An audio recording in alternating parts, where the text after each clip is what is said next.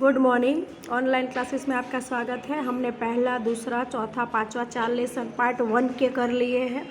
आज हम सकल तलपट 10वां लेसन करने वाले हैं। तो ये है 10वां लेसन सकल तलपट। इसका परीक्षा में 4 मार्क का सवाल पूछा जाएगा। सकल तलपट का अर्थ हम देखेंगे। सकल तलपट अर्थात कि एक ऐसा पत्रक जो खाता बही में दर्शाई उधार बाकी और जमा बाकियों की गणित की दृष्टि से सही है या नहीं ये दर्शाता है। उधार बाकी, जमा बाकी गणित की दृष्टि से सही है ऐसा दर्शाता, ये इसकी परिभाषा है। खाता बही के अनुसार उसमें दर्शाई उधार बाकी, जमा बाकी गणित की दृष्टि से दर्शाता, ये बताया। पहले होती है सकल तलपट। इस तरह से देखो, ये कहीं पर आपने देखा होगा।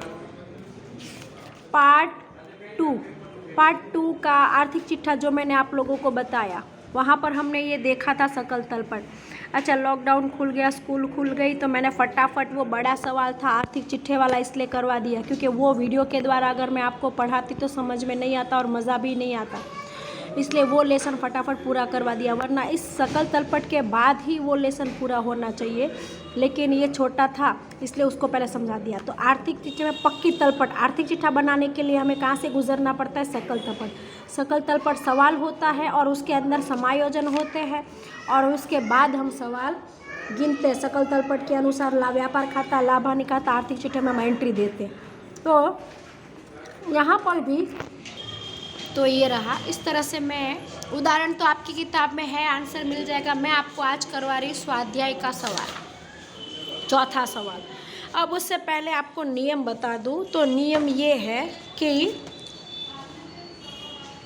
अगर संपत्ति है तो उधार और दायित्व है तो जमा, खर्च है तो उधार दर्शाना और उपज है तो जमा दर्शाना। अगर आहरण है तो उधार दर्शाना, पूंजी है तो जमा दर्शाना। बराबर है? ये नियम आपको बता दी। अब हमें कॉलम कैसे बनेगी, तो एक कॉलम ये मेथड से बनानी है सकल तलपट। यहाँ पर लिखेंगे विवरण, सॉरी ये नहीं आएगा, उधार रकम और जमा रकम। बराबर? सवाल पढ़ेंगे और 1 बाय हम क्या देंगे, इसकी एंट्री देंगे। रुको, ये आएगा खाता बही पुष्ट। प्रारंभिक स्टॉक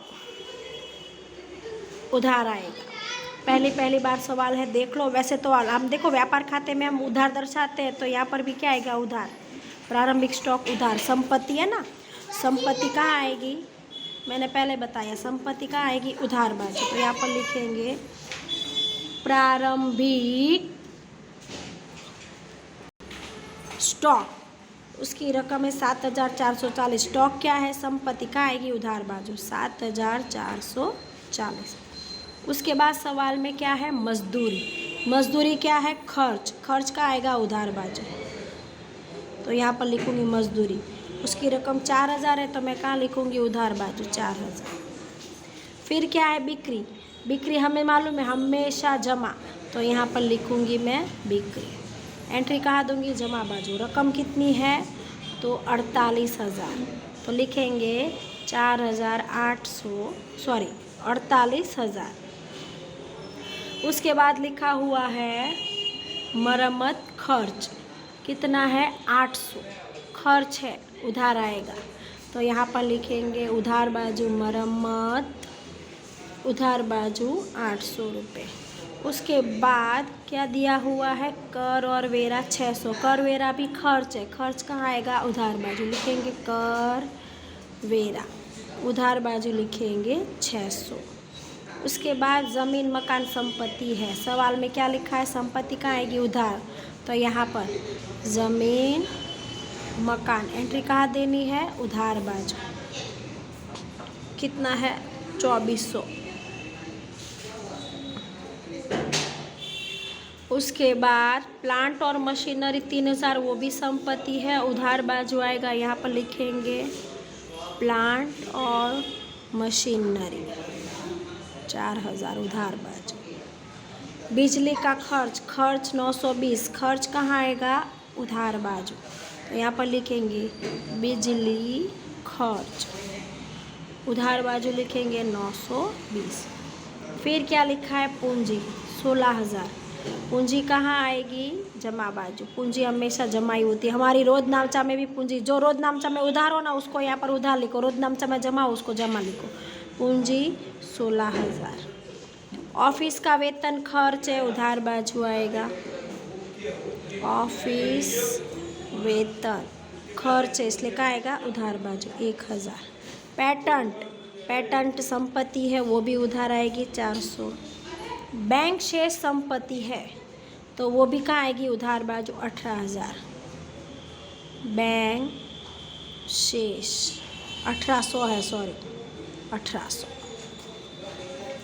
जमा बैंक लोन, बैंक से लोन ली है तो क्या है? कर्ज 1760। कर्ज का आएगा? दायित्व, दायित्व का आएगा? जमा बाजू। Bank loan 1760। आवक माल गाड़ी भाड़ा उधार आएगा ना, तो ये भी उधार। आवक माल गाड़ी भाड़ा कितने रुपए? आवक माल गाड़ी भाड़ा 1200 उधार आएगा।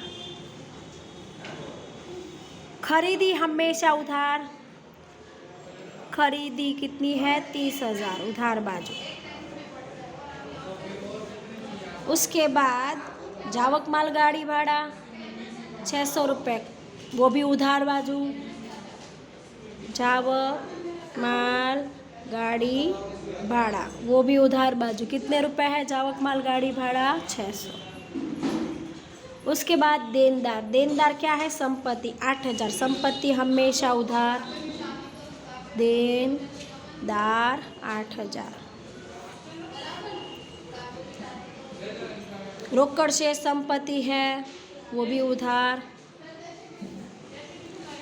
कितने रुपए है? 80 रुपये। फुटकर औजार वो भी संपत्ति है। फुटकर औजार वो भी है संपत्ति 720। फिर लेनदार, लेनदार क्या है? दायित्व, दायित्व जमा आएगा 3200। फुटकर आवक, फुटकर आवक, आवक जमा होगी, खर्च उधार है तो आवक क्या होगी? जमा। फुटकर आवक 240। फिर ऑफिस का फर्नीचर संपत्ति है, संपत्ति आएगी उधार बाजू।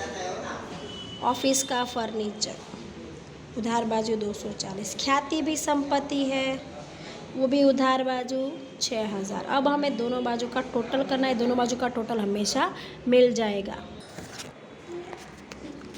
एक मेरी मिस्टेक यहाँ पर हुई थी, मैंने 4000 लिख दिया था, किताब में 3000 है तो मैंने ये सुधारा है, तो ये एक बराबर देख लीजिएगा। यहाँ पर मैंने 4000 लिखा था, प्लांट और मशीनरी सवाल में 3000 है।